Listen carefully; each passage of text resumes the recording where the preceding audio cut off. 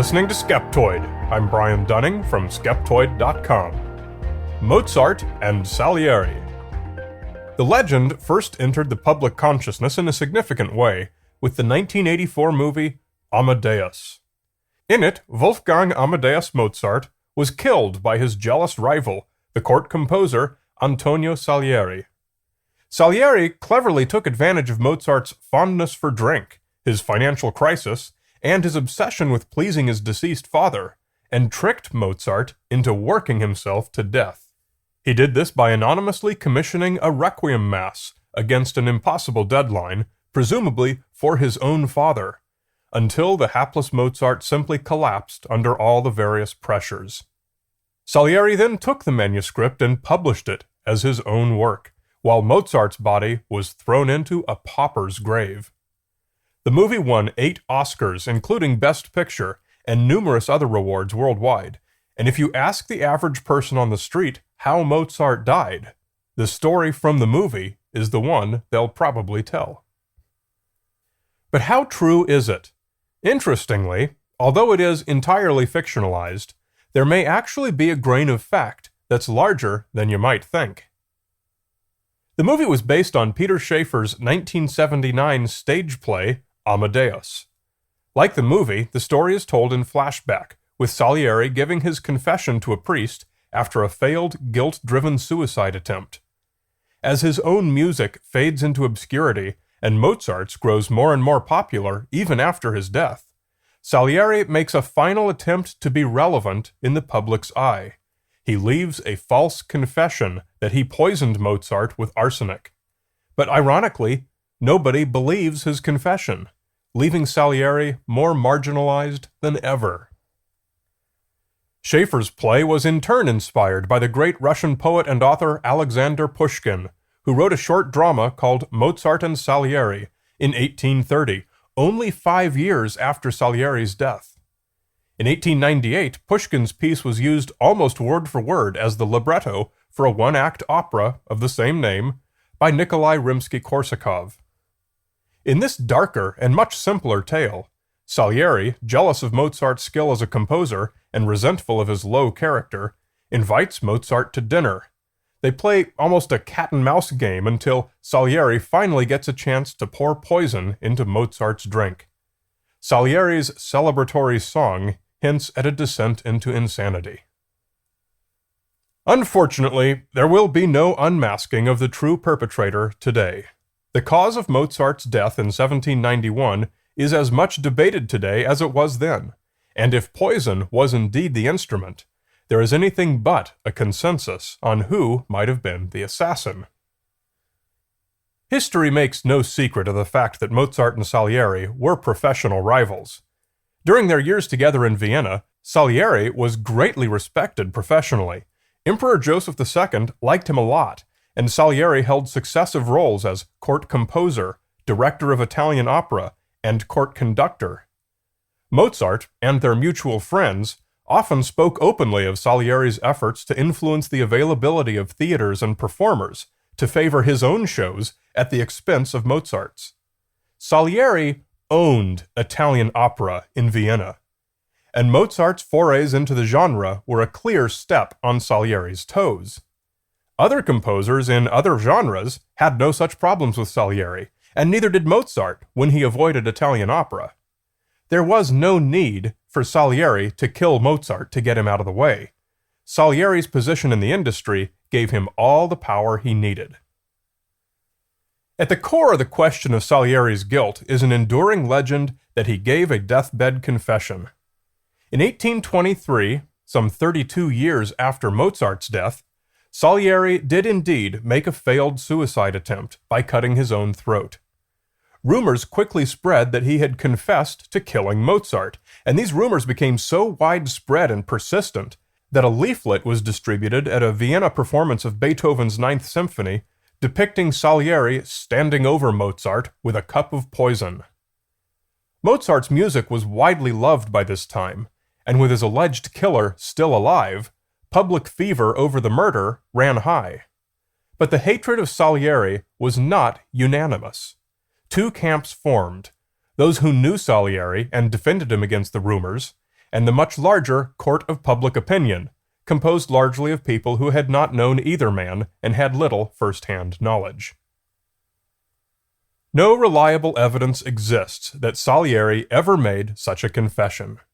The best anyone's come up with is described in a pamphlet published in Moscow in 1953, wherein author Igor Buelza claims he was told by another man, who had since died, that he'd once seen a report of the confession written by Salieri's priest.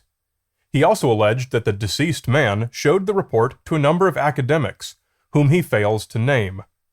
No such report is known to exist, which would be a huge discovery to any academic who had actually seen it.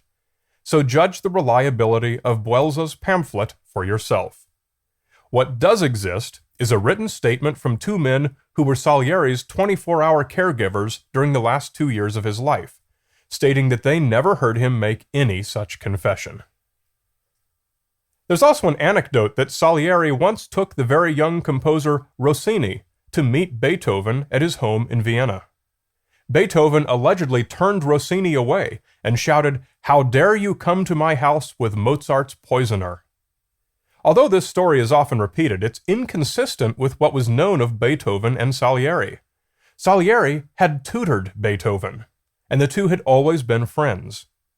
Beethoven held his tutor in such high esteem that, even after Mozart's death, he dedicated his violin sonatas Opus 12 to Salieri, and wrote a series of variations on a theme from Salieri's opera Falstaff.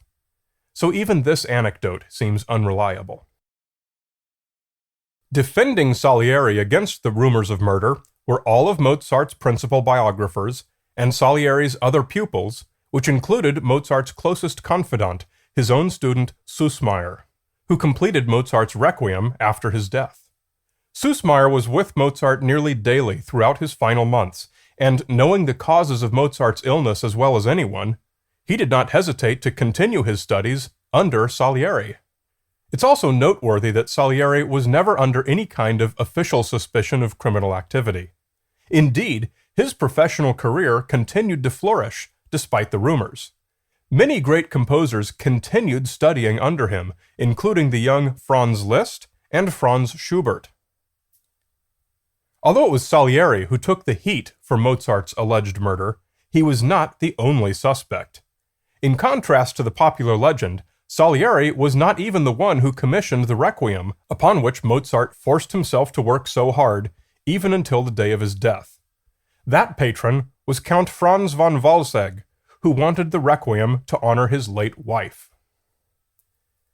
A number of authors have put forward the hypothesis that Mozart, who was a Freemason, was killed by a Masonic conspiracy. Why would the Freemasons murder one of their own? The most often cited reason is that Mozart's opera The Magic Flute somehow violated Masonic rules. One claim is that the story conceals an allegory for an alleged plot to overthrow Freemasonry. Another is that it contained misuses of Masonic symbols. Author Georg Friedrich Daumer was the most vocal proponent of these theories, which he first published in 1861. However, his belief that Freemasons poisoned Mozart should be viewed in the context of his other claims.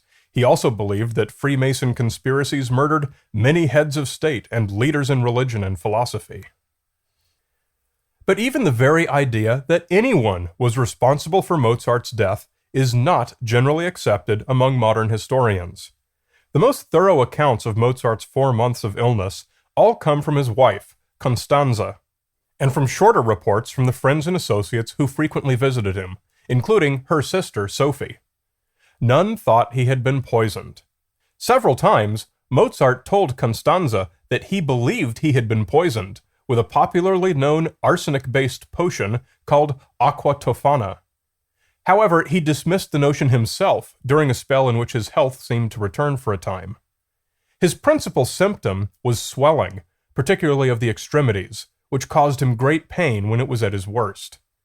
At the application of a cold compress to his forehead on December 5, 1791, the shock caused him to lose consciousness, from which he never awoke, and died 2 hours later. Mozart's own doctors blamed his death on high miliary fever, but this was a pre-scientific diagnosis and does not correspond to any specific diseases now known. After his death, Mozart's first biography was written by Franz Niemetschek and was based on interviews with Constanze and Sophie and numerous documents provided by them. His second biography was written by Constanze's second husband, Georg Nicholas von Niesen. Neither book suggests that Mozart died from any cause other than illness. Together, these two works comprise the most detailed reports available of Mozart's physical condition, and it's from these books that modern doctors have tried to theorize what disease he might have had. The prevailing theory is chronic kidney disease.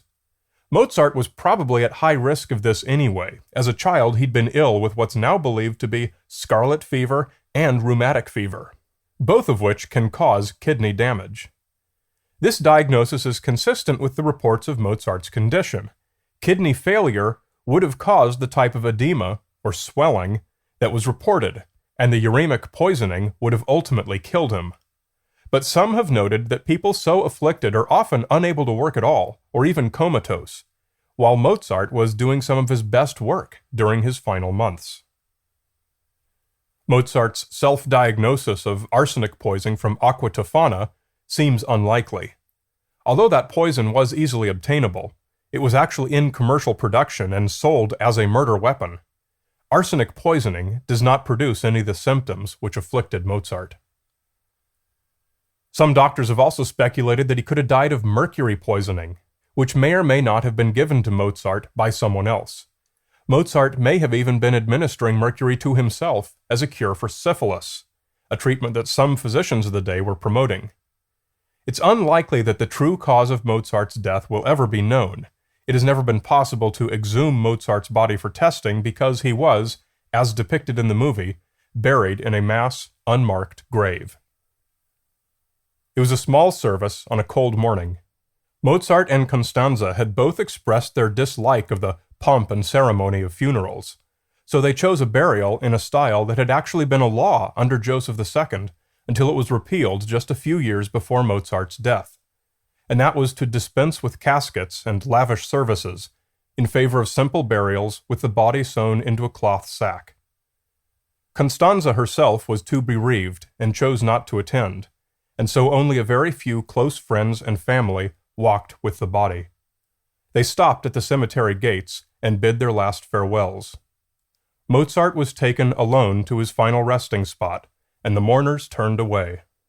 Among this small group, dressed in black, this tightest circle of those who were the last to be with him, was Antonio Salieri.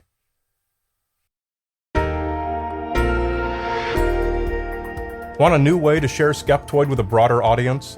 Check out In Fact, my new video series, based on selected Skeptoid episodes. Come to infactvideo.com.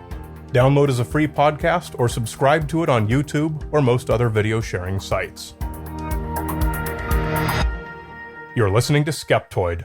I'm Brian Dunning from Skeptoid.com.